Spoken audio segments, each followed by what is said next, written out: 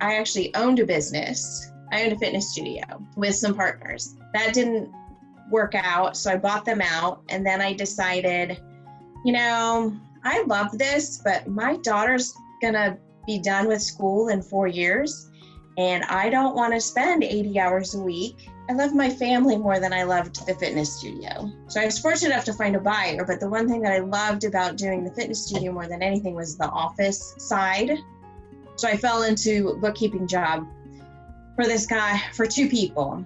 And then from there, they have friends, and then their friends have friends. And I only knew a very small snippet from what I did in a studio. Like, it's a very small, it's like hairdresser. It's very small. You only do so much. It's a lot of turnover money, but tracking it's not that big. The one guy that I started doing for is construction. He does excavating. So he has a lot of jobs, a lot of job costing and payroll and taxes and material cost and inventory and all this stuff. And so I sort of went from my little pool to the deep end.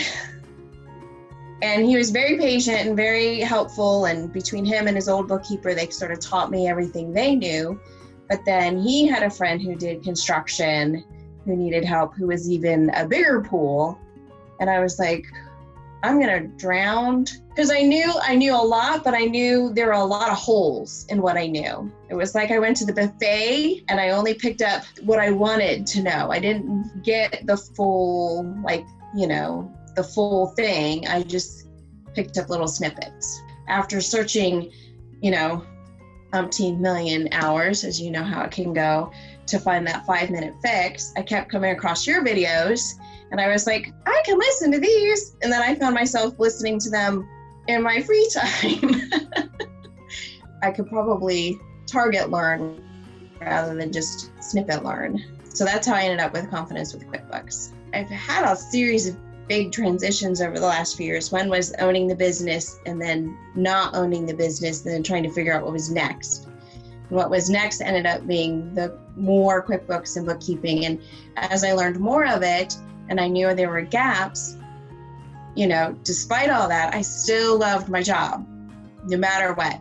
And then, one of those guys fell through for a while. And so I had a 6 weeks window where I had no job, I had one client, and I was like, okay, I can't live on 2 hours a week. Like, what am I going to do? And I had an opportunity for another job full time, not doing QuickBooks. And I thought about it and prayed about it and was like, you know what? I want more of what I was doing. That's when I had invested in learning beforehand, but that's when I really dove deep and invested in learning. I had the opportunity time-wise, and then it was probably another 3 weeks after that decision, all of a sudden I had 6 clients and I had 2 other people asking, and it's been a lot more helpful than I expected it to be. The other nice thing is it sort of validated that, how I was doing things or how I thought should be done was really the right process, because that's sort of my biggest sort of hiccup is, aside from one wanting to be helpful and make, people happy and their lives easier, is a lot of times I'll second guess myself, like, oh, is this really the right way to do it? Is this the most efficient way? Is this the best way? Is this the, is there an easier way? Or is that, I tend to second guess myself. So to go through and realize, oh, I really do have most of this down the right way. That was tremendously helpful. Just that validation. It was then just so much more than that, because, you always have those words of inspiration at the beginning and you're very relatable, which is nice, because sometimes when you're listening to those videos, it's some dry person just sitting there going, oh, well, and you click over here and then you go and do, and it's like, you're like, oh my gosh, it's just painful to watch. And so then you get up and go get tea because you can't stand to listen to the person anymore.